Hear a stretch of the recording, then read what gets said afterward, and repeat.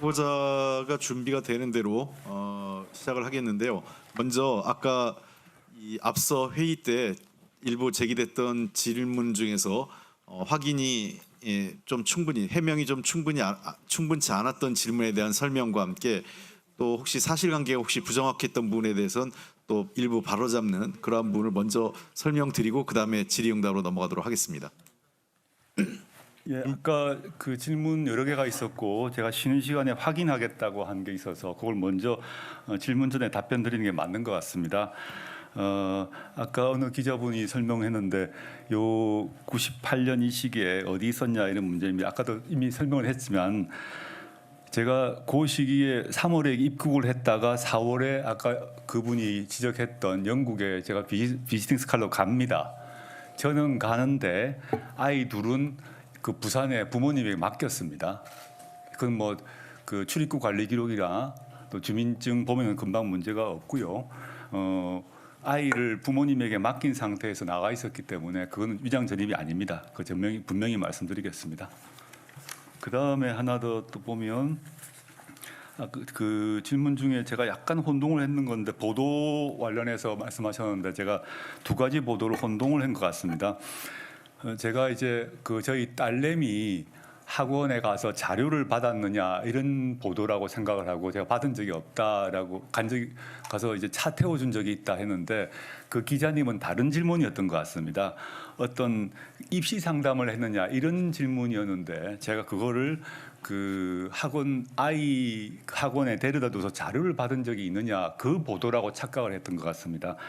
저희 아이가 이제 중학교 마치고 이제 귀국해가지고 어디로 할까 고민 중에 상담하러 간 거 맞습니다. 그 상담하러 갔고 그 선생님이 제가 이름은 정확히 기억 안 납니다만은 이제 제가 그 선생님한테 이 아이가 이제 중학교 때 어릴 때도 뭐 영국 미국 살아서 영어가 좀 편한 편인데 어떻게 하면 좋겠느냐 했더니 그 선생님이 그러면 그 외국어 어떻겠냐 그랬고 제가 뭐 사실 아이 교육 모르는데 말씀하신 대로 따르겠습니다. 뭐 이 정도의 대충 말은 한 것 같습니다.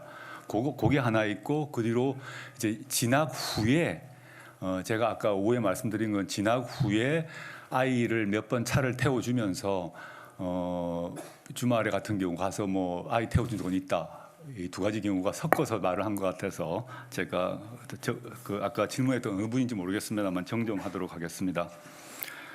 그 다음에 아까 이제 그 어느 또 기자분이 투자자 이름을 알려준 거 문제에 대해서 그 개인정보보호법 문제가 있다 말씀드렸는데 그거 외에 아마 그 정관 문제에 대해서 혼동을 하신 것 같습니다. 그 뭐냐하면 투자 대상 기업을 알려주는 것이 현행 그 정관상 18조에 이해충돌 방지 규정이 있어가지고 운용사가 투자 대상 기업을 알려주지 않는 것으로 운용했다라고 그 설명이 되어 있습니다. 그리고 그 분기별 재무제표 같은 경우도 사모펀드에 대한 것이지 그 사모펀드가 투자한 기업에 대한 것이 아니었다라는 점은 해명이 되어 있습니다. 제가 그 자료를 확인했기 때문에 이번 기회에 좀 말씀드리고요. 그 다음에 아까 질문 관련해서 이건 저 필요 없는 게 됐고요.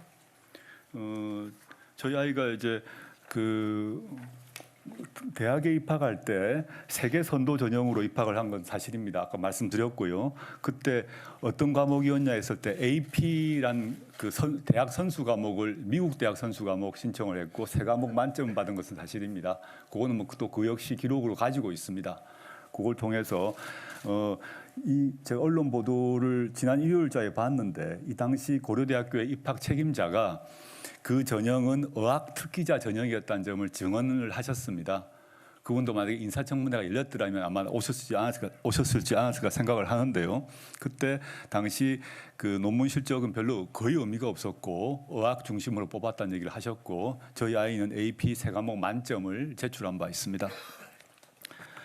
그 다음에 요건 아직 저희 아이 그 AP 성적표는 아닌데 실제 그때 성적표 자체는 지금 새로 발급 요청을 해가지고 지금 오고 있는 것 같습니다. 근데 당시 실제 그 디스팅션 어워드를 받았던 증명서 같은 거 하나 가지고 있습니다.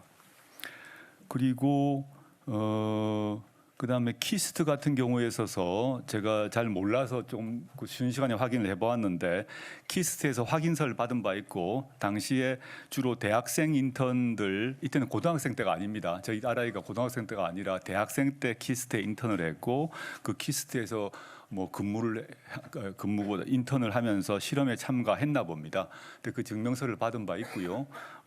언론 보도에서 키스트에 대하여 압수수색이 이루어졌다고 합니다. 그러면 그 키스트에서 발급한 서류를 보고 실제 어떤 상황인지는 확인할 수 있지 않을까 생각이 들고 저도 그 점은 상세히 잘 모르겠습니다. 제가 아까 질문을 받을 때 처음 아는 사실인데 지금 간단히 확인한 건 그 정도입니다. 그 다음에 조금 길게 설명할 게 하나 있습니다. 아까 그 웅동학원 관련해서 감정 평가 얘기가 쭉 나와서 저도 그 무슨 말씀인지 잘 이해가 잘 안 돼가지고 조금 좀 찾아봤는데요. 이걸 언론인 여러분도 그렇고 또 국민 여러분도 좀 전체적으로 알 필요가 있을 것 같아서 조금 길게 설명을 드리겠습니다. 보시면 이게 이제 옛날 학교 구학교 전경이고 이게 신학교로 됩니다. 아까 말씀드렸듯이 공사가 96년부터 98년까지 이루어지는데 공사비가 48억 원 플러스 알파가 이루어진다는 건 이미 제가 교육청 보고 서류 아까 보여드리면서 말씀드렸습니다. 근데 여기서 이제 공사비가 48억 원 플러스 알파인데 대출은 35억을 하게 됩니다. 근데 이때 담보를 그 기존 부지를 가지고 하는데 담보가 97년 10월 시점에 한국감정원 평가로 43억 원이 이루어집니다. 이 43억 원에서 저희 선친께서 연대보증을 같이 했습니다. 근데 그때 IMF가 터집니다. IMF 터지고 한 뒤에 이 담보가 43억짜리로 평가된 것이 20억 원으로 팔리게 됩니다. 그 다음에 시간이 지나가지고 대출 채무가 이제 15억으로 되는데 이게 자산관리공사 채무로 이어지게 됩니다. 물론 여기에 대해서도 저희 선친께서 연대보증 채무를 졌습니다. 이게 전체 흐름을 좀 알고 계시면 좋겠는데 제가 이 말씀을 왜 드리냐 하면 한국감정평가 금액이 잘못된 것이냐라는 질문의 취지인데 그렇지 않습니다. 20억에 팔릴 부동산을 나중에 20억에 이제 매도됐죠. 중간에 20억에 팔릴 부동산을 왜 과도하게 담보를 잡아서 35억을 빌렸냐 이런 비판이신 것 같고 또 그 부동산 매각 대금을 근거로 고려시티개발과 6억 공사를 했냐 이런 것인데 일의 순서가 지금 시간 순서가 섞여버린 게 아닌가 생각이 듭니다. 제가 관련 서류를 가져와서 좀 별로 이렇게 지루한 얘기겠습니다만은 설명을 드리는 게 맞는 것 같습니다. 학교가 이전 공사 편입 부지 매입, 건축 공사비 충당을 위해서 30억 원을 빌린 시점은 95년 12월입니다. 그 다음에 고려시티 개발과 6억 원 공사 계약은 96년 1월입니다. 시간이 중요합니다. 한국감정평가원의 43억 원 감정금액 산정은 97년입니다. 그 다음에 98년 6월에 5억 원 추가 대출이 되고 부지가 경매로 매각된 것은 2001년입니다. 이 시차가 있는 것입니다. 따라서 은행에서 대출을 받았을 시점하고 고려시티 개발과의 공사 계약을 하는 시점은 95, 97년 사이이기 때문에 이때의 그 토지 감정 평가액은 43억입니다. 그 당시 95, 97년 시기의 토지 감정 평가액은 43억인 것입니다. 따라서 이때는 충분히 토지 매각 대금으로 공사비, 대출비 충당이 가능했습니다. 이 시기 IMF 전입니다. 이때는 이 감정 평가액으로 모든 문제 공사비, 대출금 충당이 가능했다는 것입니다. 그런데 IMF가 터져서 담보 토지가 경매로 넘어가서 반 이하로 떨어지니까 공사금과 대출금을 변제하지 못했다는 것입니다. 시간 순서, IMF 전후의 시간 순서를 보시고 실제 감정평가액과 담보경매액이 달라졌다는 점을 같이 보셔야 될 것 같습니다. 그래가지고 그렇다면 학교 채무가 왜 생겼는가의 문제를 말씀드리겠습니다. 학교 채무는 학교 신축 이전을 하는 공사를 했는데 IMF 때문에 부지가 헐값으로 팔리게 됩니다. 팔리게 되니까 은행 대출금하고 공사비를 지급을 일부를 못하게 됩니다. 공사비를 일부 지급 못하게 되고 그 채무에 이자가 붙습니다. 이 상태에서 저희 선친께서 해결을 해야 되니까 공사비도 지급해야 되고 재산세 법정 부담금 내야 되고 또 공사비에 대해서 여기 보시면 연대 보증을 하셨습니다. 이게 모든 서류가 남아 있는데요. 이렇기 때문에 당시에 공사비 해결해야 되죠. 재산세 법정 부담금 내야 되고 공사비에 대해서 연대 보증을 개인이 하셨기 때문에 학교로부터 가져갈 수 있는 상황이 아닙니다. 그래서 물론 지금 이 상황도 제가 이번 기회에 정말 공부를 하다시피 한 것입니다. 그 당시 제가 이제 97년 IMF 터지기 전에는 외국에 있었기 때문에 그 뒤로 전체적으로 경제 사정이 안 좋아진 거는 제가 알고 있습니다만 이런 세밀한 상황을 이번 검증 과정에서 보아서 알게 된 것인데요. 그리고 아까 재산 상황도 아까 말씀을 한 번 더 드리자면 웅동학원 재산의 총 공시지가는 130억 원 정도고 수익용 기본 재산은 한 200억 정도, 교육용 기본 재산의 시가는 60억에서 80억 정도 등인데 이에 대해서는 교육청도 수익용 재산의 재산 가치가 높다라고 평가를 한 바 있습니다. 그 역시 교육청 자료를 통해서 확인할 수 있을 것입니다. 그래서 학교 채무에 대해서 아까 그 질문 어느 분인지 모르겠습니다만 종합해서 말씀드리자면 그 기자분이 말씀하신 점과 좀 차이가 있습니다. 자산관리공사에 대해서 채무 80억이 있고 미지급 공사 대금 채무가 100억 정도입니다. 이는 동생이 웅동학원에 대해서 포기하겠다고 이미 발표를 했습니다. 그리고 동생이 공사 채권을 담보로 빌려 쓴 금액은 제가 확인한 바로는 원금 14억하고 이자 해서 현재 30억입니다. 근데 이자율이 높다라는 어떤 기사가 있었고 비판이 있었는데 지금과 달리 지금 이자율이 매우 낮지만 그 당시에 이 이자가 24%까지 갈 때가 있었습니다. 지금하고 IMF가 당시 시기와 지금 완전 다릅니다. 당시에 이자율이 20% 넘는 경우가 아주 많았습니다. 그래서 이 이자율 자체가 아주 극단적으로 뭘 챙기기 위해서 한 게 아니라 당시 통상적인 이자율이었다는 것입니다. 지금 기준으로 그 이자율을 보면 이자가 왜 이렇게 높아 하지만 지금은 이자율이 거의 의미가 없지 않습니까? 거의 사실상 0%에 가깝지만 그 당시 그 시점은 이자율이 매우 높았습니다. 그건 그 시대를 살아가신 분들은 다 아실 것입니다. 그리고 제가 제 개인 입장문을 통해서도 밝혔고 저희 어머니께서도 입장문을 밝혔습니다만은 저희 가족은 향후 웅동학원 관련 일체의 직함, 권한 다 내려놓기로 선언을 했고 이 학교가 개인 소유가 아닙니다. 지금도 아닙니다.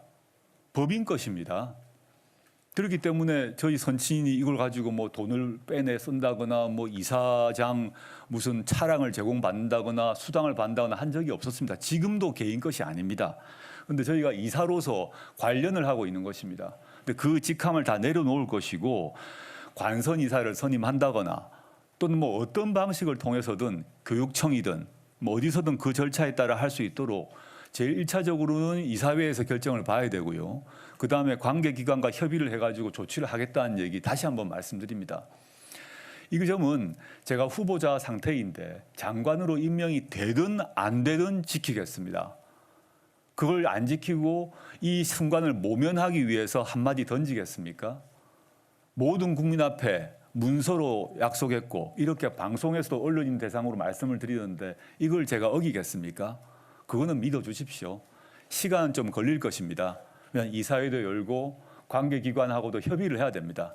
그렇지만 제가 후보에서 장관이 되든 안 되든 이 문제 절차를 따져가지고 훌륭한 분이 이 재산을 탐하지 않고 공정하게 운영하고 채권 채무도 처리하고 그다음에 학교 발전을 위할 수 있는 분이 이사로 오셔가지고 이걸 다 처리하도록 저 개인적 차원에서 노력을 할 생각입니다. 그 점은 좀 믿어주시면 좋겠습니다. 네, 고맙습니다. 네, 좀 쭉 나왔던 질문들 한꺼번에 다 설명을 드려서 좀 길었습니다. 양해해 주십시오. 네, 자 그러면 다시 이쪽 섹터를 먼저 질문 받겠습니다. 제가 약속을.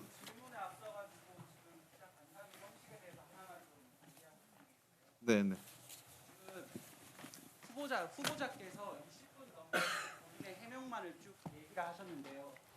오늘 오후 3시 반부터 시작된 의견 중에서 홍익표 대변인이 진행을 했는데 기자들의 질문에 대해서는 다른 기자들이 기다리고 있다 해가지고 질문을 이제 수차례 끊으면서 했는데 후보자의 해명이 중요하다고 하지만 뭐 이렇게 증인도 요청이 안 되고 뭐 아까 관련된 자료를 증거를 보여달라고 했을 때도 증거를 보여줄 수가 없다고 하니까 이렇게 기울어진 운동장 안에서 이 형식이라든지 이런 진행 방식 모두가 이제 홍익표 대변인하고 후보자님께서 하시는 기울어진 운동장의 이런 간단한 형식 자체를 보고 국민들이 과연 이게 또 공정한 해명의 자리라고 납득할 수가 있을까요? 그 부분은 제가 설명을 드리겠습니다.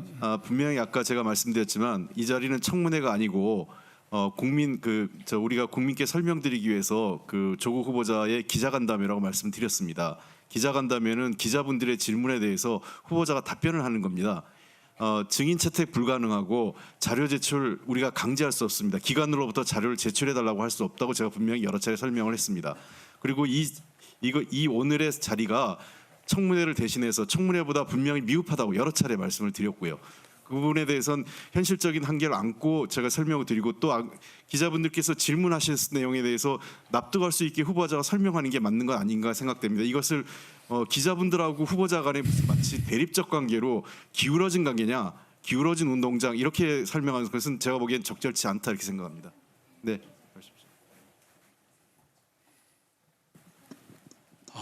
장시간 동안 질문하기 대단히 어려웠습니다.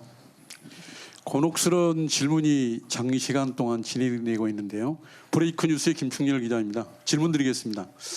우선 쉬운 질문하고 정책 질문 드리겠는데요.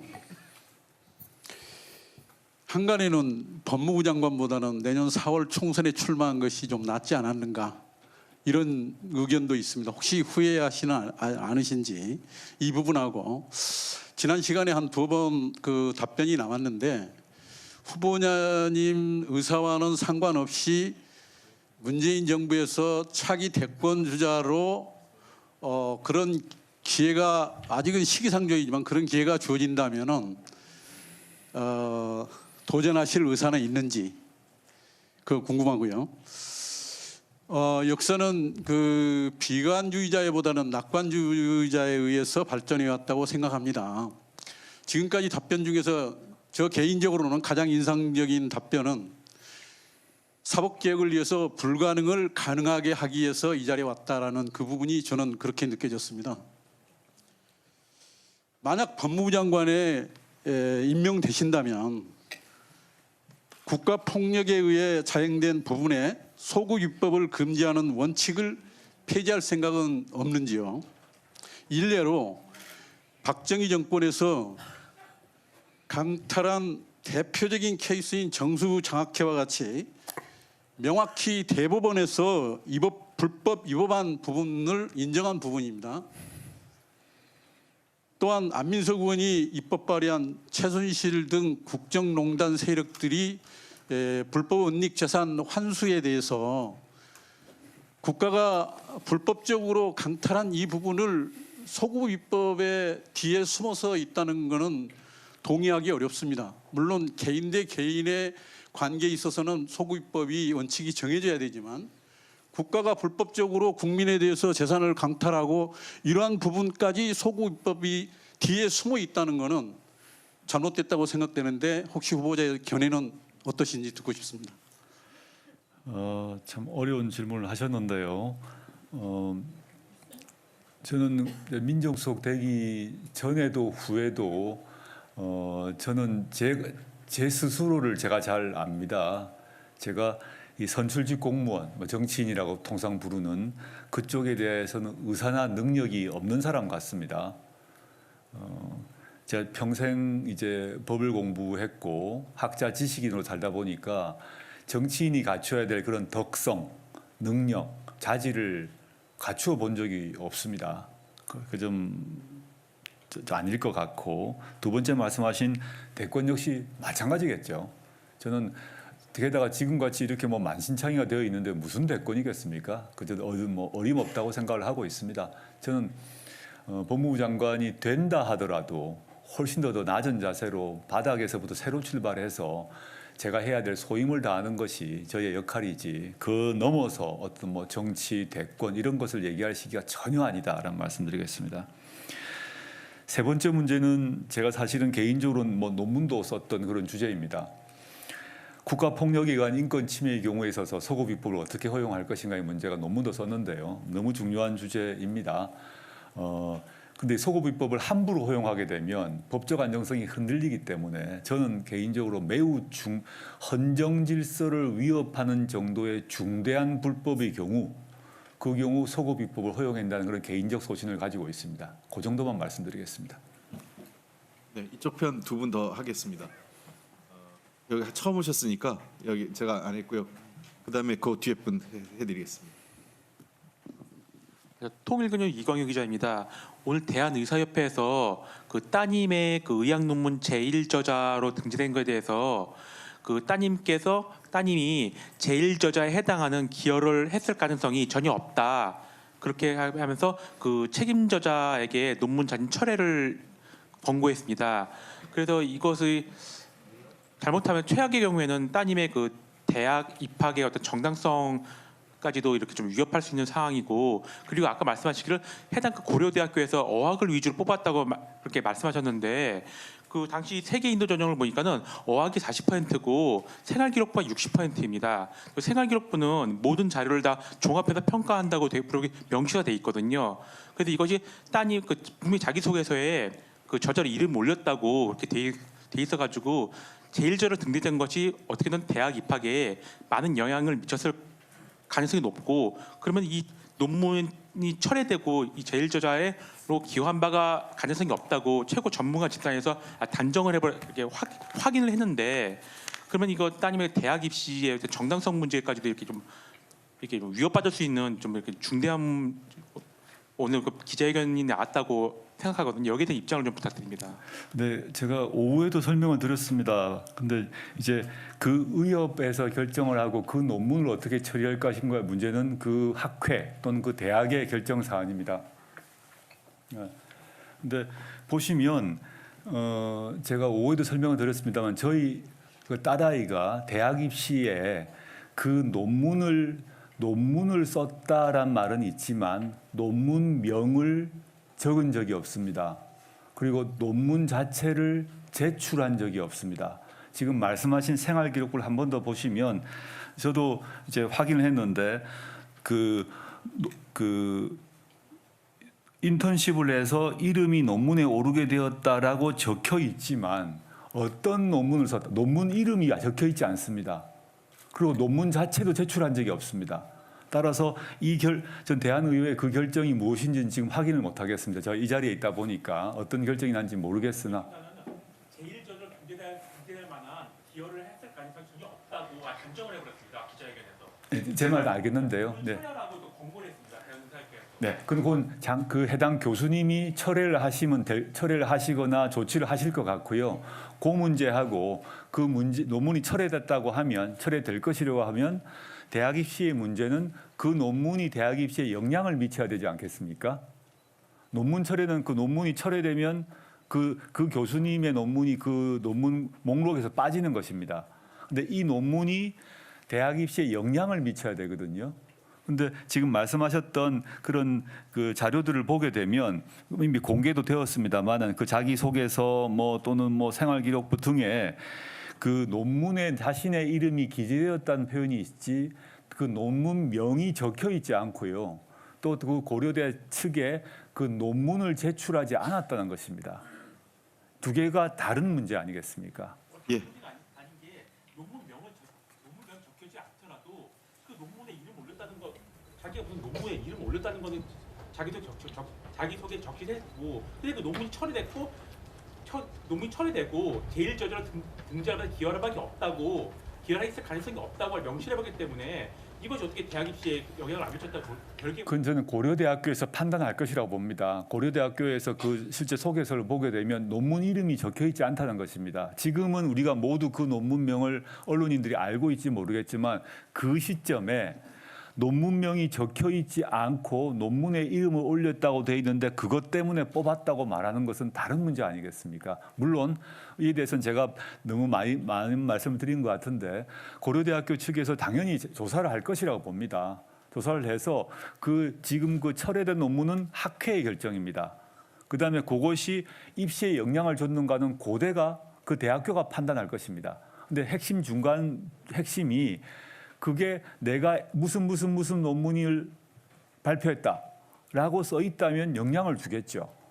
그런데 그렇지 않고 논문에 내 이름이 올랐다고 라고 적혀 있고 그 논문을 제출하지 않았고 그 논문 이름을 밝히지 않았는데 그걸 모르는 상태에서 입학사정관이 어떻게 판단을 했겠습니까? 네. 그건 고려대학교에서 판단하실 거라고 봅니다. 제가 그에 대해서 너무 상세한 얘기를 하게 되면 오해를 살 수 있을 것 같습니다. 아니, 이게 질문이 좀 추가 다음에 좀 기회를 드릴게요. 계속 한 분한테 오래 가면 그래서 아까 뒤에 분 제가 드린다고 약속을 해서 아니 손 드신 분. 예. 네, 안녕하십니까. 파이널투데이 신성대 기자입니다. 후보님께서 앞서 말씀하신 반복되긴 한데 운이 좋게 국민이 원하신다면 법무부 장관으로서 헌신을 다할 거라고 말씀하셨는데요. 지금 50%가 넘는 반대가 지속되고 있는데요. 만약에 청문회가 열리고 또 그 장관으로서 임명이 진행된다면 그럼에도 불구하고 국민의 50% 이상이 반대를 한다 그러면 그게 국민이 원하신다면 그 장관직 사퇴를 하실 용의가 있으신지 궁금하고요. 또 하나는 자녀 문제에 관련돼서 준법과 공정에 대한 그런 얘기들이 많이 있는데 법무부 장관 후보로서 조국 후보님이 생각하시는 법치주의는 과연 무엇인가에 대해서 국민들이 좀 이해할 수 있도록 좀 말씀해 주시면 감사하겠습니다. 밝혀주십시오. 여론조사에 따라서 거취를 결정하는 것은 책임 있는 자세는 아니라고 생각합니다. 많은 비판을 받을 때도 있을 것이고 많은 환호를 받을 때도 있을 것인데 그에 따라 거취 결정하는 것은 고위공직자 후보의 태도는 아니라고 생각하고 제가 지금 비판의 말씀으로 듣고 무겁게 책임감을 느끼도록 하겠습니다. 두 번째, 법치주의에 대한 얘기를 하셨습니다. 이 문제는 우리가 통상 법치주의 그러면 존재하고 있는 법률을 지키고 집행하면 되는 것이 법치주의라고 생각을 합니다. 근데 제가 아는 한 제가 법을 공부한 사람으로서 그 이전에 그 법 자체의 정당성이 있는가를 따져보고 그걸 전제로 해서 법의 준수 집행을 고민하라라는 것이 진정한 의미의 법치주의라고 생각하고 있습니다. 이 말씀을 드리는 것은 지금 문재인 정부 하에서도 많은 법률이 있는데 만약에 제가 법무부 장관이 된다면 그 법률이 존재한다, 그래서 집행한다 이런 게 아니라 그 존재하고 있는 법률이 정말 제대로 되어 있는 것인지 또 정당성이 있는 것인지 내용이 어떠한지를 살펴보도록 하겠습니다. 네. 그다음에 이쪽 섹터로 넘겨서 하겠습니다. 그쪽 세 분이 손 드셨는데 그거 먼저 하시겠습니다. 네, 뉴데일리 오승영 기자입니다. 네, 따님의 입학 관련 의혹에 대해서 질의드리겠는데요. 후보자 따님이 2007년 한영외고에 입학했는데 당시 정원의 특례 입학 대상자로 입학한 것이 맞는지 좀 확인 부탁드리고요. 또 보도랑 준비단에서 밝힌 바에 따르면 입학 서류에 2005년, 2006년 해외 학교 재학했다고 했는데 어느 학교인지 혹시 말씀해 주실 수 있는지. 몇 년에요? 2005년과 2006년. 학교명이 안 되면 혹시 도시가 어디 보스턴 쪽인지 그쪽인지만이라도 확인해 주시면 고맙겠고요. 또 서울시 교육청 특례 입학자 선정 기준에서는 첫째, 외국에서 2년간 재학해야 되고 둘째, 부모가 동시에 2년 거주, 1년 체류를 조건으로 하고 있습니다. 그런데 후보자께서는 2005년, 2006년 하버드 옌칭 연구소에서 연구원으로 계셔서 규정을 충족하시는 것 같은데 또 문제는 부인의 경우인데 부인이 재직하고 있는 대학에서 밝힌 바에 의하면 부인께서는 2005년, 2006년 당시 영국에서 박사과정 유학을 하고 계셨습니다. 어떻게 박사과정 기간 동안 2년 거주 1년 체류 조건을 충족할 수 있었는지 합리적으로 의심을 지을 수가 없는데요. 조 후보자와 부인의 미국과 한국, 영국 등 각각 체류 기간을 좀 확인해 주셨으면 좋겠습니다. 네. 지금 질문하시는 분의 모든 전제는 저희 아이가 당시에 외국 체류 특례 입학으로 했을 것이란 전제에 기초해서 질문을 하십니다. 그거는 이제 한영 외고 차원에서 답을 하겠습니다만은 저희 아이는 정원 외 특례 입학으로 입학하지 않았습니다. 그건 뭐 쉽게 확인될 수 있을 거라고 봅니다. 그러니까 기국자 전형이라 그래서 시험 안 보고 들어와서 특례 입학을 했다 이런 주장이 떠돌고 있는 것을 알고 있습니다. 그래서 제가 내정이 되고 난 뒤에 초기에 강력하게 그 점에서 아니다, 딸아이의 인권을 보호해달라고 얘기를 했습니다. 당시에 필기시험, 구술 면접 다 보았습니다. 또 당시에 그 고등학교에서는 해외 체류 경력으로 시험 없이 입학하는 전형 자체가 없었습니다. 그 고등학교에 물어보시면 될 것입니다. 그 고등학교에 해외 체류 전형으로 들어오는 그런 전형이 없었고 당연히 저희 아이도 그런 전형으로 입학하지 않았습니다. 시험을 치고 들어갔고요. 그거는 뭐 최근에 몇몇 인터뷰에서도 확인된 것 같기 때문에 확인할 수 있을 것 같습니다.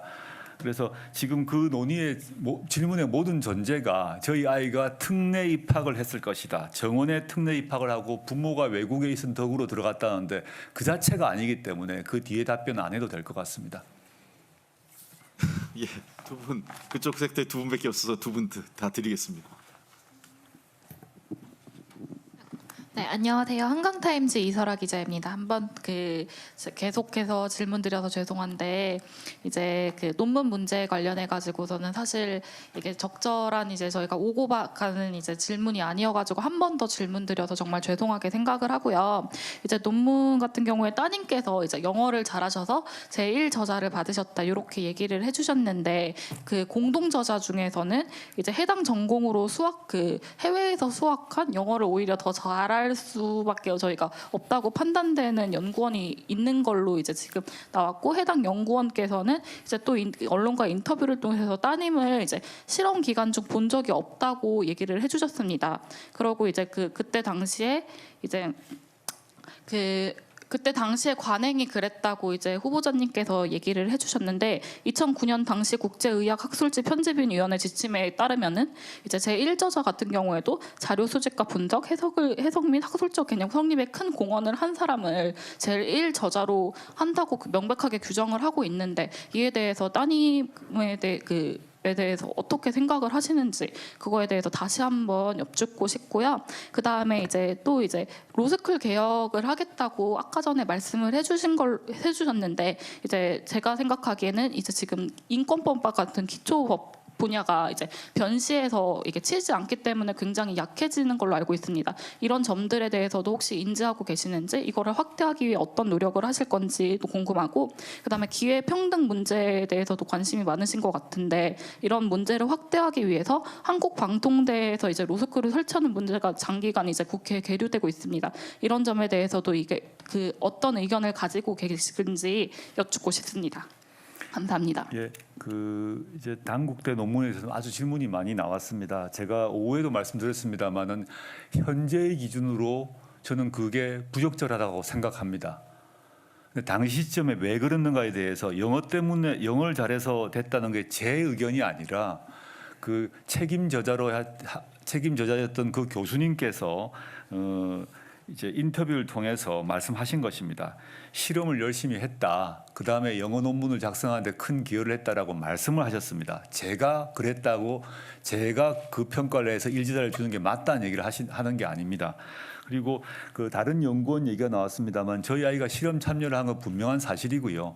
그 교수님이 중심이 돼서 저희 아이한테 시킨 게 있고 그 연구원한테 시킨 것이 있을 것입니다. 근데 저희 아이는 실험에 참여하고 강의 듣고 교수님의 지시에 따라서 영어 논문 작성하고 그 다음에 저희 어린아이가 1저자가 2저자가 뭔지를 어떻게 알겠습니까? 고등학생입니다. 뭐 의대생도 아니고 이과생, 대학원생도 아닙니다. 그냥 고등학생이 학교에 지원을 했어요. 학교에서 만든 프로그램 지원해서 실험하고 교수님 시킨 대로 하고 영어를 조금 잘해서 영어 좀 다듬고 그러고 돌아와서 선생님께서 그 1저자 달라고 저희 아이가 한 적도 없고 저희가 한 적도 없습니다. 저희 아이가 1저자, 2저자를 어떻게 알겠습니까? 저도 1저자, 2저자 구별을 잘 못했습니다. 옛날에는 제가 문과이기 때문에. 그래서 그 점 그렇게 말씀드리고 싶고요.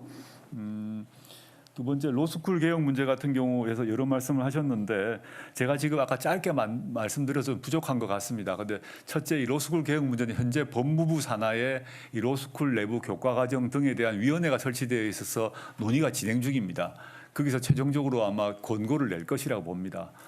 교과 과정이든 뭐 학사 관리건 합격률이건 다 논의 진행 중이기 때문에 거기를 존중해야 될 것 같고요.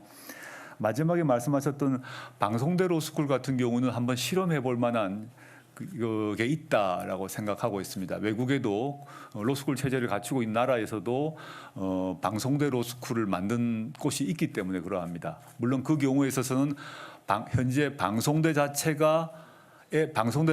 그 교수 능력, 시스템 자체가 지금과는 달라져야 될 것 같습니다. 현재 방송대는 그 로스쿨 체제를 운영할 수 있을 정도로 시스템이 안 돼 있는 걸로 알고 있습니다.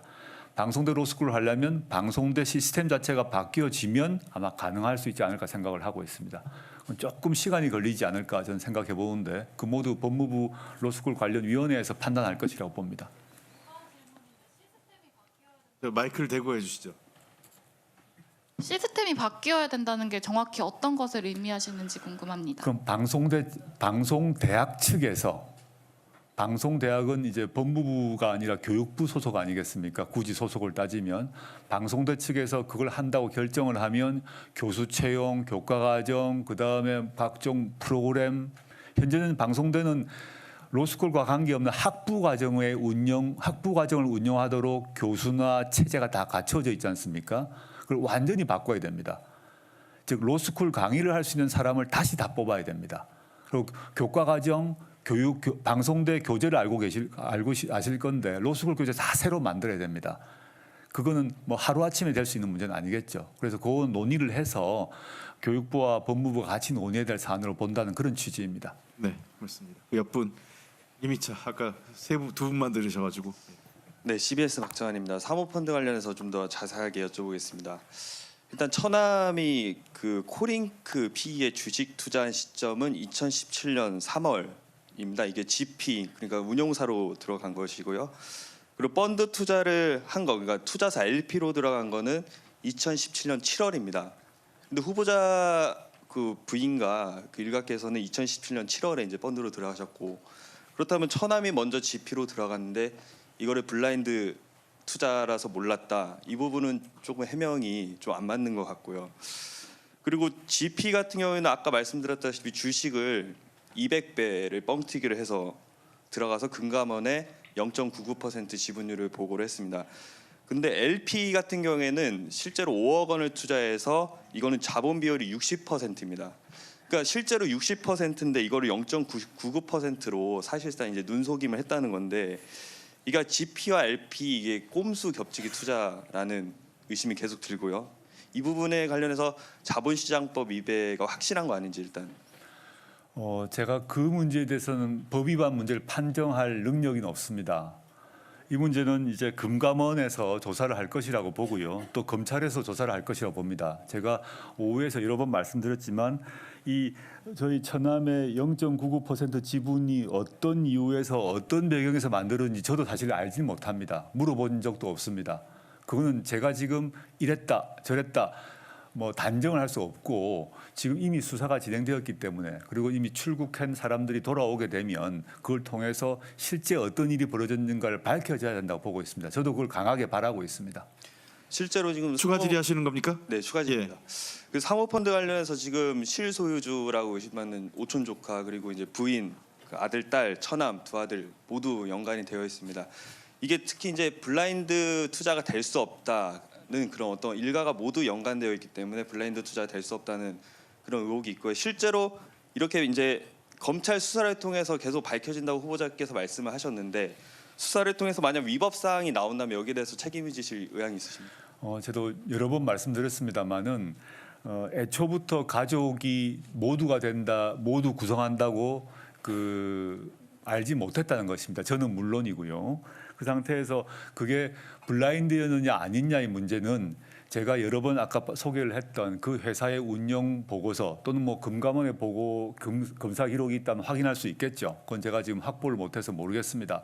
지금 제가 알 수 없는 것에 대해서 왜 답을 안 하냐라고 하는 건 좀 무리인 것 같습니다. 제가 모르기 때문에 모른다는 것입니다. 그 기록을 제가 본 적도 없고 저희 가족도 본 적도 없는 상태에서 남은 건 결국 이런 모든 기록을 확보하고 있는 검찰에서 또는 금감원에서 밝혀야 된다고 보고, 마지막 질문과 관련해서 그 관련해서 위법이 확인되면 전 법 앞에 위법이 확인되면 그에 해당되는 합당한 제재를 받는 것은 너무 당연하다고 생각합니다. 마지막 하나만 더 짚겠습니다. 아까 오촌 조카 그 실소유주 의혹을 받는 코링크피, 일단은 아까 책을 좀 기특한 조카라고 하셨습니다. 하지만 그 오촌 조카 종 씨는 일단 코링크피 실소유주라는 의심을 받고 있고, 그 코링크피가 투자한 WFM 대표 행세를 했다는 그런 의혹도 있습니다. 이 투자 설명회를 그 조카분이 여러 번 하셨는데 거기서 이제 그 투자 설명회 간 사람들은 이 사람이 조국 조카인 것을 알고 갔다 이렇게 얘기를 했고, 그 설명회에서는 그 미국 테슬라와 계약을 했다고 이렇게 얘기를 했는데 실제로는 아무 관련이 없는 체코 테슬라 배터리라는 사실이 밝혀지면서 그 투자자들이 굉장히 좀 분노했다 이런 제보가 계속 들어오고 있는데, 이거는 사기성 그 투자를 좀 유치한 게 아닌가 그런 의심이 드는데 여기에 대해서 좀 해명을 부탁드립니다. 저는 지금 그 사안에 대해서 일체 모르고 있습니다. 제 오촌 조카가 저를 뭐 내세워서 팔았는지 아닌지 자체를 제가 알지 못하고요. 만약에 그래서 정말 기자님께서 질문한 것처럼 사기를 쳤다면 그 사기에 대한 죄값을 받아야 되는 것이죠. 근데 저는 그 문제에 대해서 제 조카건 제 어떤 사람이 제 이름을 팔고 다녔다고 해서 제가 어떻게 알겠습니까? 네. 저는 지금까지 그 말씀하시는 뭐 보도가 있는 것 같은데 근래까지는 제가 전혀 알지를 못하고요. 이번 사태가 벌어지기 전까지는 만약에 제가 저 조카에게 내 이름 팔아서 장사를 해라라고 했다면 이 자리에 있을 수가 없겠죠. 네, 저쪽에 그 두 분 드리겠습니다. 두 분 저쪽 하고요. 그리고 다시 이쪽으로 넘어오겠습니다. 이 순서대로 제가 돌리겠습니다. 예, 위키리크스 한국 윤여진입니다. 아까 후보자님께서 그 웅동학원이 그 피고로 진행한 소송에서 그 판결문에서 보면 그 살펴본 결과 무변론 소송이다라고 하셨는데, 저는 좀 납득하기 어려운 게 그 캠코가 옛 동남은행 채권을 이제 주택은행 껴서 이제 인수한 그 판결문에는 그 변론 시기가 적혀 있습니다. 그러니까 웅동학원이 명백하게 줘야 할 돈에 대해서는 분명히 아까 이제 다 포기를 하셨다고 하셨는데 그 부분은 그 변론 기록이 있기 때문에 그 부분 좀 해명이 필요할 것 같고요. 두 번째는 그 아까 그 동생분께서 가압류를 하지 않았기 때문에 채권 자체를 확인한 것에 불과하다. 그러니까 이제 실제 돈이 있다는, 내가 받을 돈이 있다라는 거는 확인 받았지만 실제 돈을 그게 가져갈 의사가 있는 건지는 불분명하다라는 취지로 말씀을 해주셨는데, 사실 그게 맞으려면 두 가지 조건을 충족해야 됩니다. 첫 번째는 그 동생이 2008년에 그 이제 안모 씨 등 4명으로부터 그 이제 13억 상당의 이제 사채를 썼고요. 2010년에 그 양수금 소송을 넘어가서 이제 2010년에 21억을 양수를 하게 됩니다. 그다음에 정정하겠습니다. 2010년에 그 가압류 소송을 걸어서 결국에는 웅동학원 그 이제 수익용 부지 등등 해서 결과적으로 21억을 가압류를 걸죠. 그러니까 실질적인 그 형식적인 가압류는 없었다고 하더라도 실질적인 가압류가 있었다는 것. 또한 그 웅동학원 측에서 수익용 자산을 팔지 않을 때만 그 가설이 성립을 합니다. 하지만 실제 2010년에 그 웅동학원이 수익용 자산을 팔려고 했었고, 그 당시에 이제 경남도 교육청에 신고를 했었고 경남도 교육청에서 허가를 하지 않았을 뿐입니다. 즉 처분을 할 의사가 없었던 건 그 웅동학원이 아니라 경남도 교육청뿐이지 그거를 웅동학원의 의사로 볼 수 없다는 것입니다. 그다음에 또 다른 질문은 이 부분은 그 정책 검증 차원이라고 좀 이해를 해주시면 좋겠는데요. 2017년 5월에 민정수석으로 취임하셨습니다.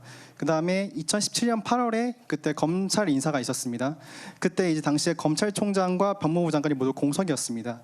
그래서 당시 박균택 법무부 검찰국장을 통해서 인사를 하는 게 2017년 8월 인사에서요. 하는 게 합리적인 절차에 의한 그 인사입니다. 그런데 제가 다수의 복수의 관계자로부터 제보를 들은 바에 따르면 당시 박균택 검사장님 말고 다른 라인을 통해서 검찰 인사를 했다라는 제보를 다수 받았습니다. 이 부분은 박균택 고검장도 일부 인정한 부분입니다. 이 부분에 대해서 조금 당시 공식 라인을 통해서 인사하지 않은 부분이 있었는지 해명 부탁드리고요. 다음으로는 그 2018년 11월인가요? 그때 이제 백혜련 의원을 통해서 이제 당시 죄송한데 질문이 너무 독점돼서 그러니까요. 그 당시 검찰청법 뭐 관련해서 형사소송법 관련해서 이제 검경수사권 조정을 이제 의원입법 형태로 발의를 했는데, 근데 제가 취재를 한 결과 당시 법무부 검찰국 형사법제과를 통해서 그게 정부 여당 쪽으로부터 법률 초안이 넘어간 것으로 취재가 됐습니다. 이 부분에서 알고 있으신 바가 있는지 확인 부탁드립니다. 지금 그 2017년 5월 8월에 그 인사에 대한 여러 가지 제보라고 그러는데 제가 무슨 말인지 잘 모르겠습니다. 그건 박규택 검사장 지금 이제 법무연수원장이 있는데요. 물어보시면 될 것 같습니다. 그다음에 2018년 11월 그 아마 패스트트랙 법안을 얘기를 하시는 것 같은데 그건 당연히 당정청이 협의를 합니다. 최종적으로 협의를 해서 어떤 경우는 정부 법안으로 발의를 하고 어떤 경우는 여당 의원으로 발의합니다. 그 자체가 불법이 있거나 이상한 게 아닙니다. 당정청 협의에 기초해서 만들어진 법안이기 때문에 누구의 명의로 발의하는 것인가는 기술적인 문제입니다. 그다음에 무변론 문제에 관련해서 좀 말씀드리겠습니다. 지금 이제 저희 동생 관련해서만 자꾸 말씀을 하셔서 제가 아까도 말씀드렸습니다마는 웅동학원은 기술보증기금, 한국자산관리공사의 소송에서도 법률 관계가 명확한 경우에는 무변론으로 다투지 않았고 그때 역시 이사회를 소집하지 않았습니다. 그는 뭐 기록상으로 이제 분명히 확인할 수 있을 것 같습니다. 그래서 뭐 또 시효 연장 소송 같은 경우도 이건 뭐 명백한 이른바 법률적으로 뭐 자백 간주, 뭐 무변론 이런 건데요. 그 경우도 다투지 않은 소송이 있다는 점 말씀드리겠습니다. 저희 동생을 위해서만 무변론을 했다. 그건 아니란 점들은 아마 그 소송 기록들을 보시면 아실 수 있을 것 같고요. 그 다음에 또 하나 여러 질문이 있었는데. 아까 가압류를 안 했고 채권 확인을 했는데 제 동생이 이제 그 가압류를 하지 않았다 하더라도 여하튼 채권을 갖고 있었다면 나중에 그 학원을 팔게 되면 채권을 확보하게 될 것이니까 불이익하다 이런 말씀 같습니다.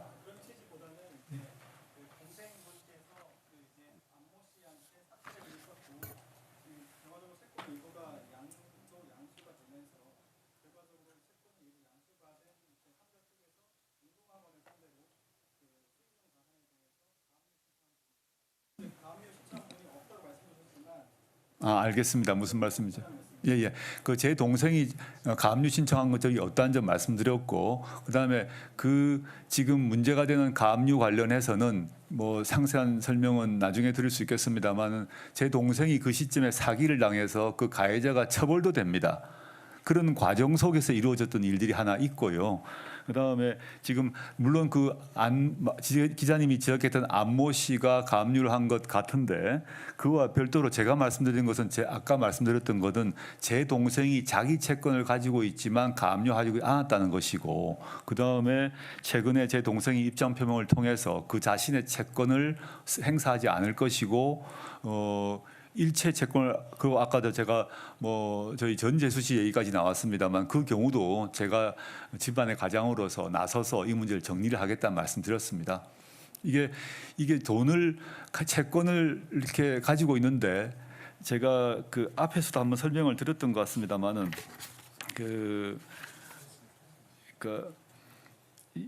시점이 2006년인데요.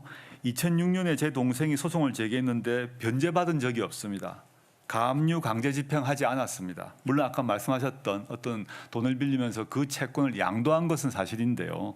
제가 아까 계속 강조드렸던 것들은 제 동생이 스스로 나서서 자신이 확보한 채권을 가지고 학교로부터 돈을 가져가려고 했다 하지 않았다는 것입니다. 제가 하나 이제 너무 법률적인 얘기를 해서 좀 답답하실 수 있는데 쉽게 하나 좀 말씀을 드려보겠습니다. 만약에 뭐 저희 선친이건 뭐 제 동생이든 당시에 그 학교 재산을 빼돌리겠다 마음을 먹었다 하면 소송을 할 필요가 없습니다. 단순하게 생각하면 소송이고 필요 없이 그냥 학교 재산을 처분해가지고 공사대금을 줘버리면 됩니다. 저희 동생한테 공사대금을 줘버리면 되는데 왜 공사대금을 그때 빙글빙글 돈을 돌리든지 어떻게 해서 줘버리면 되는데 돈을 안 주고 그래서 문제가 된 거거든요. 돈을 안 준 것이 확인이 된 거거든요. 근데 왜 다시 소송을 제기하는 방식으로 돈을 빼가려고 하겠습니까? 그런 말씀입니다. 제가 뭐 너무 어려운 법률 용어가 막 나오고 가압류, 채권 양도 이런 말을 하게 되니까 저도 좀 갑갑한데 돈을 빼돌리려고 그러면 애초에 그 공사 문제가 됐던 그 시점에 돈을 줘버렸겠죠. 그런 말씀입니다. 질문을 했는데 답을 안 하셨다고요? 자, 그러면 거기 사실상 마지막 마이크를 좀 드리세요. 그러면요. 한 번 더 드리겠습니다. 짧게 해주십시오. 이거 너무 독점하시는 게 있어요. 결과적으로는 그 아까 무변론 소송이 대부분이었다라고 말씀해 주셨는데 2006년에 캠코가 웅동학원을 상대로 했을 때는 분명히 웅동학원 측에서 변론을 했다라는 겁니다. 그 말은 뭐냐면 대출금을 받았을 때 명백히 갚아야 할 돈인데도 불구하고 변론을 했다는 것인데 왜 그 2006년과 2017년에 양수금 소송에서는 그 변론을 포기했었는지 그 차이가 있는데도 불구하고 변론을 다 포기했다 말씀하시니까 그 부분에 대해서 명확하게 정리가 필요할 것 같고요. 그리고 방금 말씀하신 대로 그 웅동학원 측에서 그 수익 기본 자산을 매각하는 방법으로 그 채무를 갚을 수 있습니다. 근데 실제 그 시도가 있었던 것인데 그 부분이 없었다라는 취지로 말씀해 주시면 안 되지 않을까라는 생각이 듭니다. 그것은 교육청의 허가를 득하지 못했을 뿐이지 분명히 2010년에 수익형 기본 자산을 매각하려고 했다라는 것입니다. 그거는 이제 분명히 그 후보자님 동생으로부터 그 소송을 통하지 않는다 그 별개로 그거를 의사가 있다라는 걸 보여주는 것이죠. 제가 다른 분의 질문에 오후에 답변을 드린 것 같습니다. 저희 선친께서 IMF 이후에 건강이 좀 계속 안 좋아지면서 저희 선친의 그께서는 당신께서 생전에 이 빈 문제를 모두 정리를 하고 싶어 하셨습니다.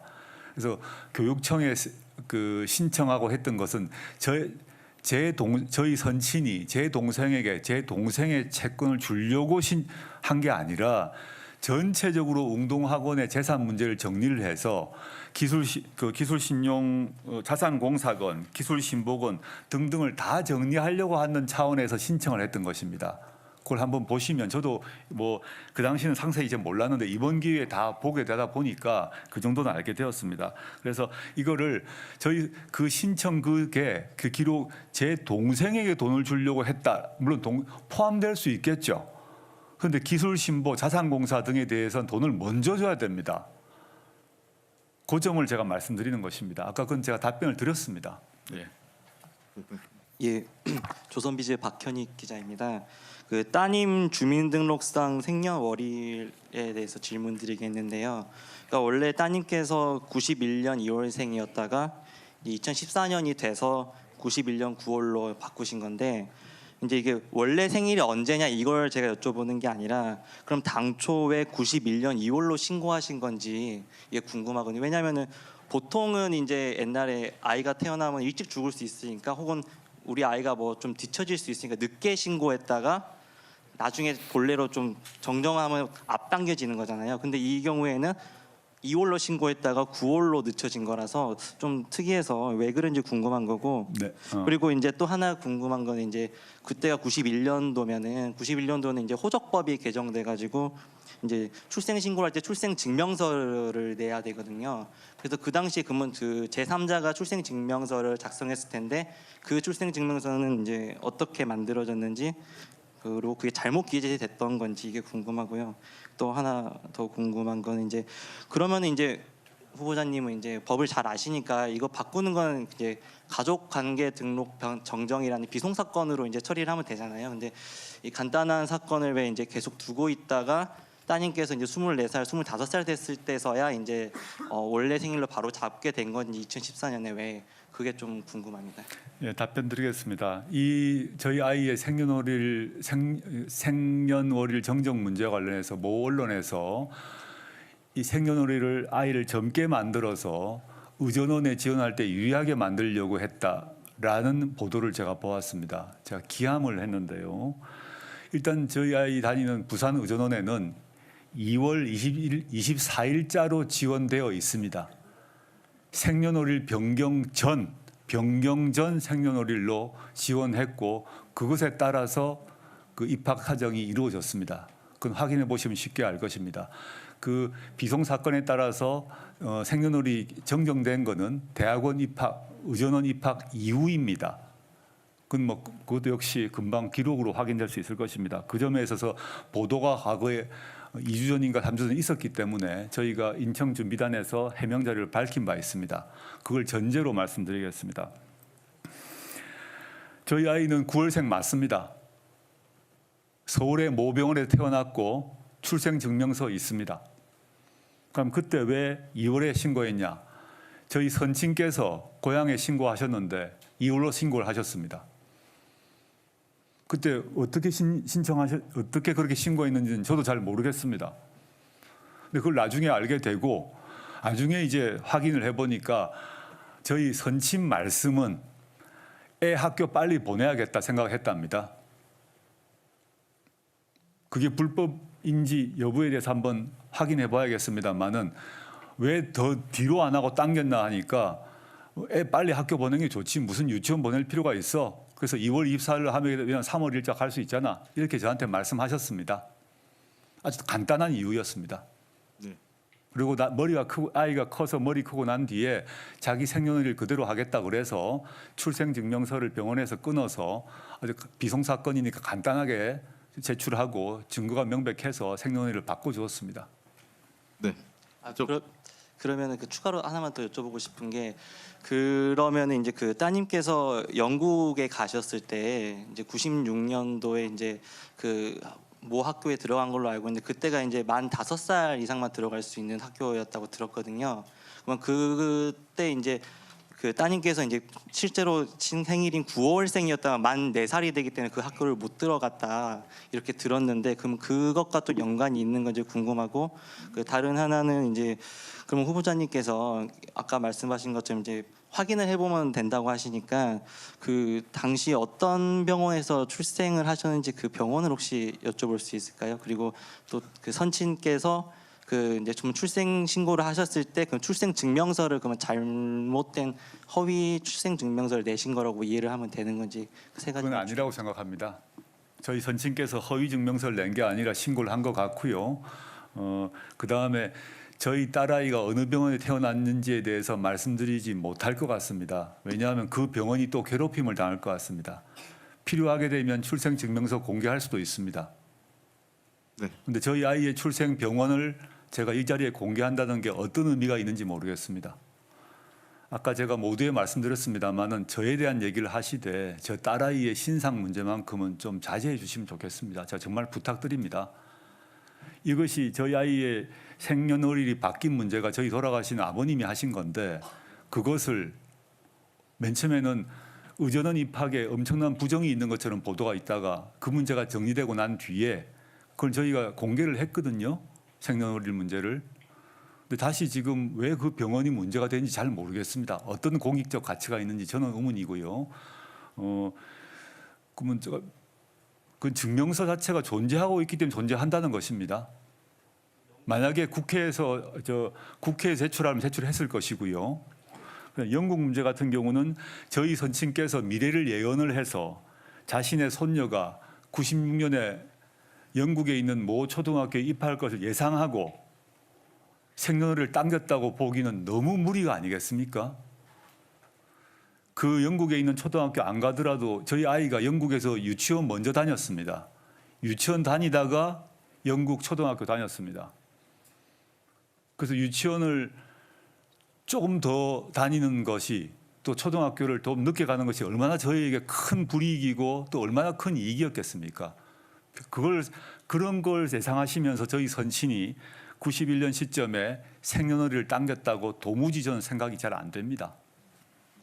자, 지금 시간이 이제 12시가 좀 넘어가는데요. 뭐 계속적으로 저 추가 질문은 제가 계시는 동안 받겠는데 일단 시간을 좀 감안해서 질문을 좀 해주시면 좋겠습니다. 안 하신 분이 있어서 지금 저 뒤에 두 분이 안 하신 거죠? 아마 제 기억으로는 두 분 먼저 드리겠습니다.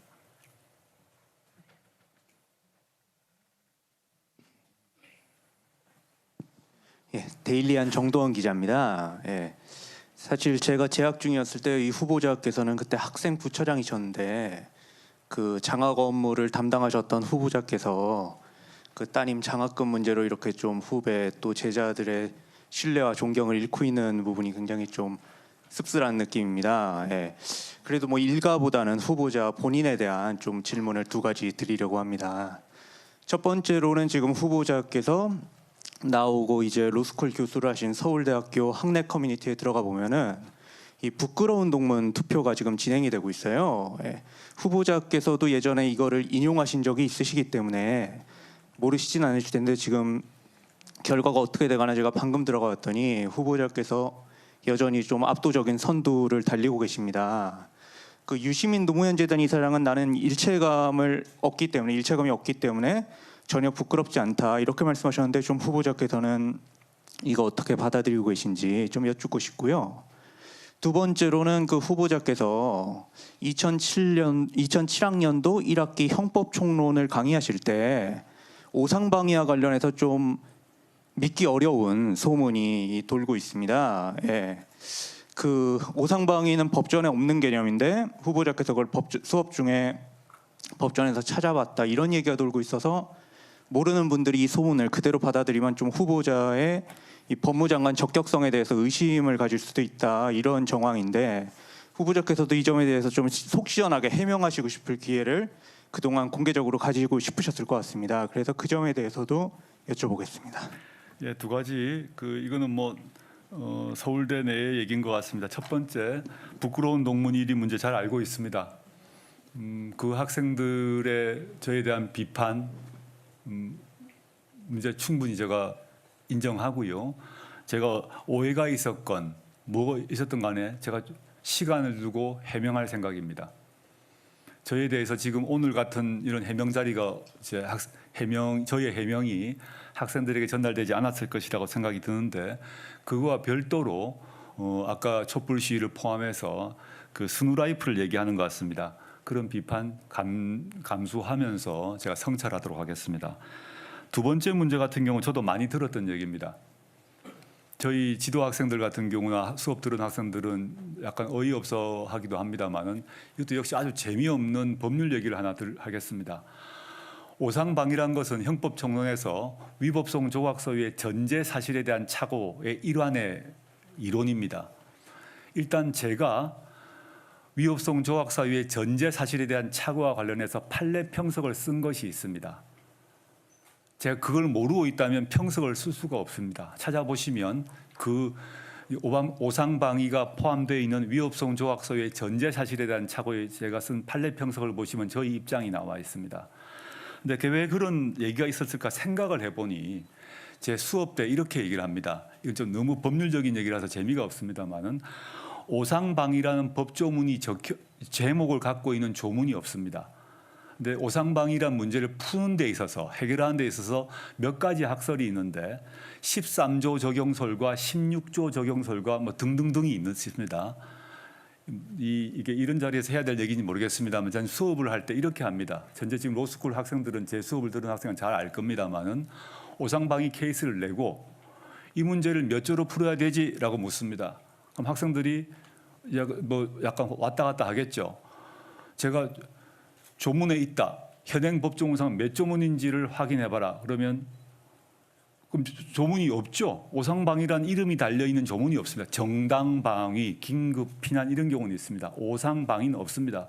없다고 답이 나옵니다. 저는 있다라고 합니다. 있다. 찾아라라고 합니다. 그건 뭐냐면 13조 고의조각이냐 16조 책임조각이냐의 문제입니다.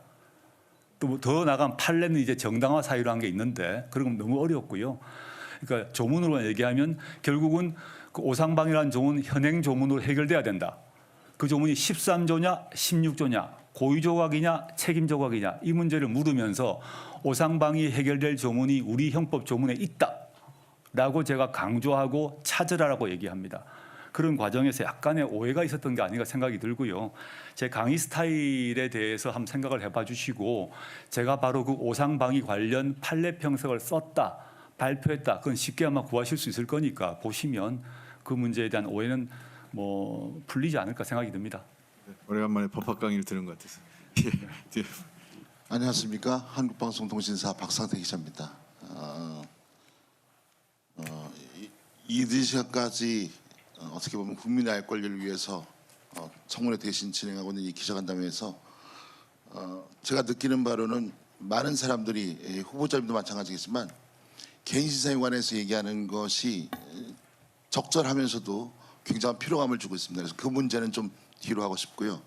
전 이런 질문을 드리고 싶습니다. 두 가지를 생각해 봤는데요. 첫 번째는 검찰이 압수수색을 했습니다.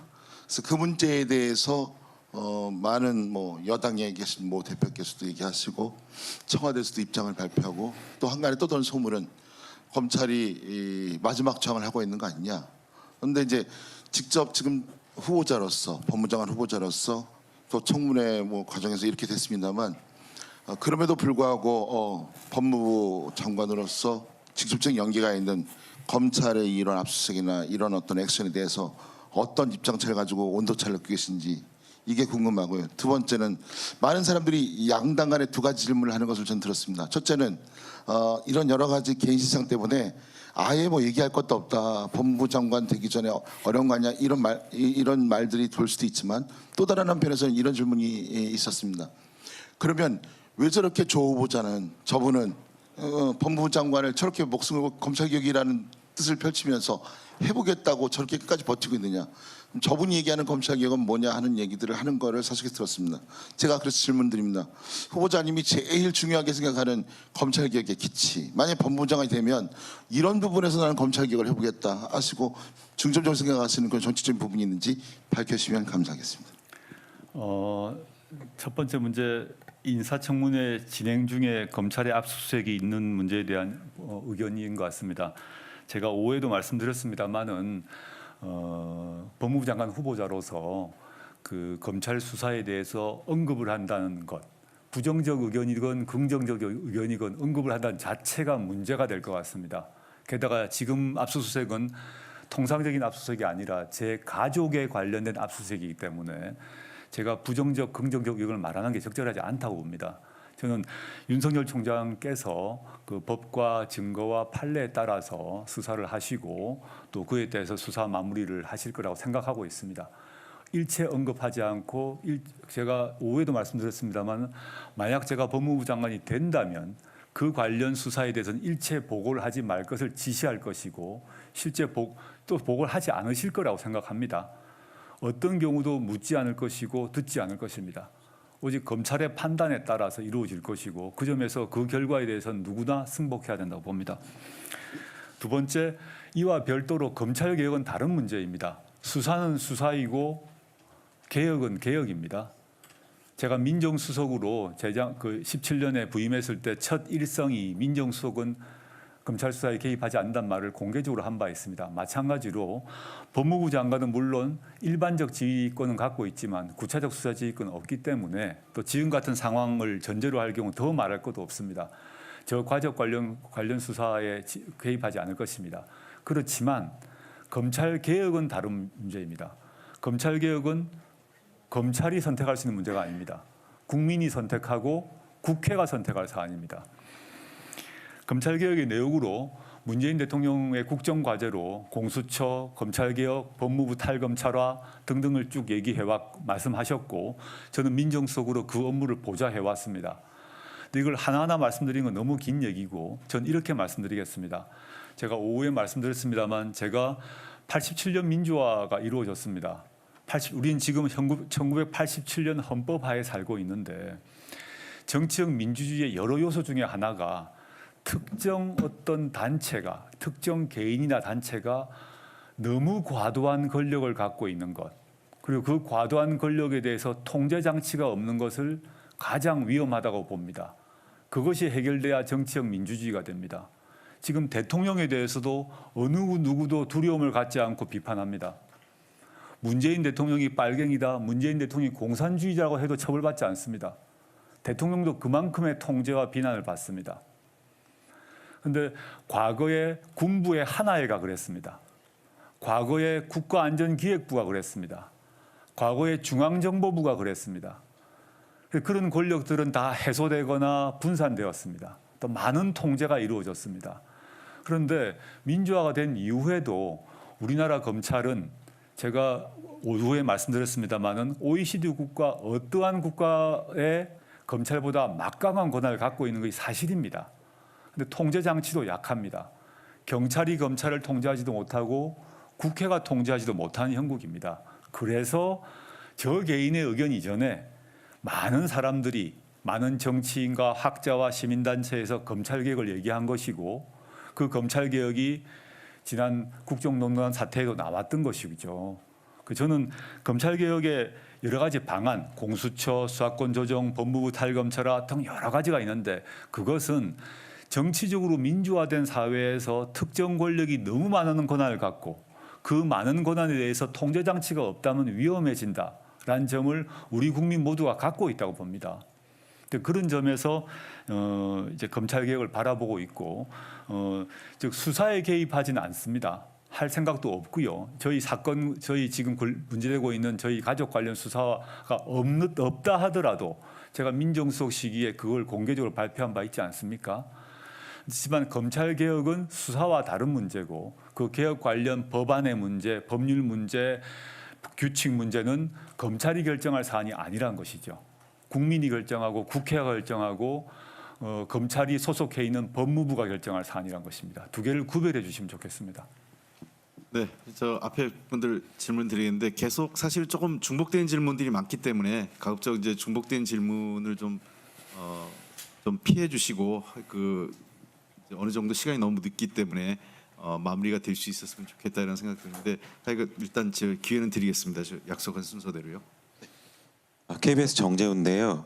아까 이제 당국대 인턴은 학교에서 만들어준 자리고 공주대 인턴은 따님이 이메일로 지원했다고 설명해 주셨는데, 키스트 인턴이나 뭐 다른 아들, 그러니까 후보자님 자녀분들이 다른 스펙 쌓는 과정에서 후보자님이나 배우자님이 소개하거나 관여한 일이 일절 없었는지 좀 궁금합니다. 저희 아들 관련해서도 모 언론에서 보았는데, 어떤 국제 제네바에 가는 인턴십에 관련해서 제가 그 관련 센터 교수님에게 전화를 한 것 같다라는 의혹, 이 보도가 여러 번 난 걸 보았습니다.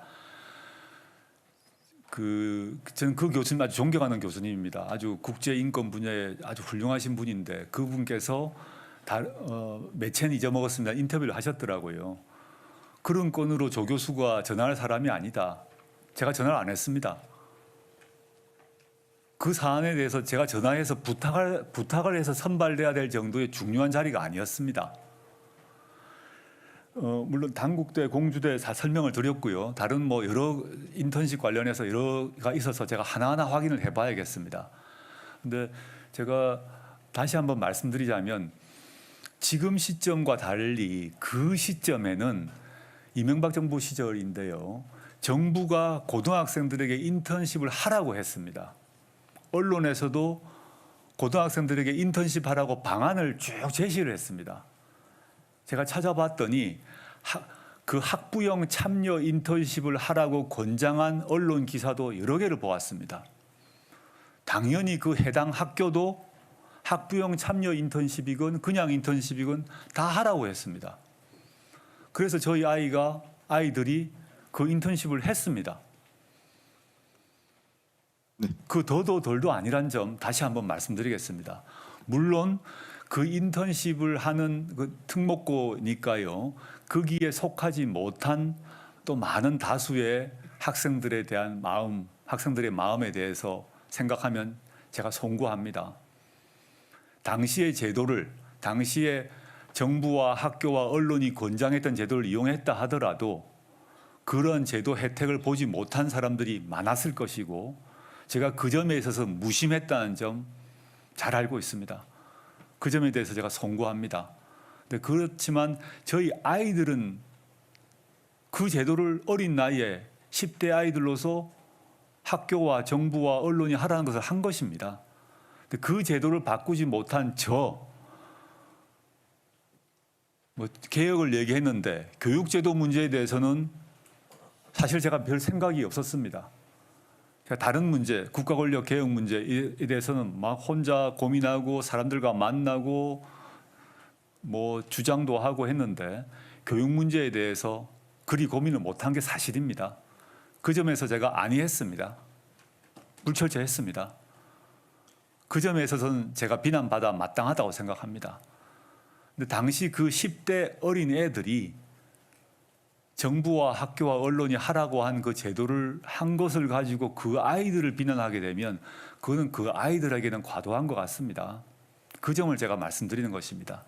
저를 비난해 주시면 좋겠습니다. 네. 자, 지금 질문 있으신 분 한번 손 한번 다 들어봐 주십시오. 몇 분 계신지. 그 상황에 따라서 질문이 많으시면 저 정해했다가 다시 할까 생각됩니다. 지금 시간이 늦어서요. 지금 한번 손 들어보십시오. 꼭 해야 되겠다는 분이 많으시면 그럼 한 20분 정도 쉬었다가 이 정도면 다 한꺼번에 하는 게 낫지 않을까요? 사람 수가 지금 한 10분 이상 되는 것 같은 한 10분이 넘습니다, 지금. 네. 그래서 10분이 넘기 때문에 이렇게 하면 한 분당 최소한 5분 이상이기 때문에 1시간 이상 최소 1시간 반 이상 진행되기 때문에 쉬고 하는 게 불가피할 것 같습니다. 예.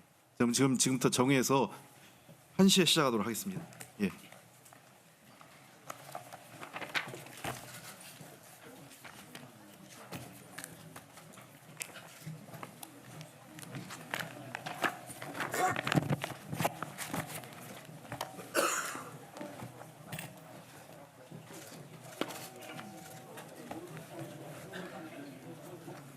위에는 버려주시고요. 네.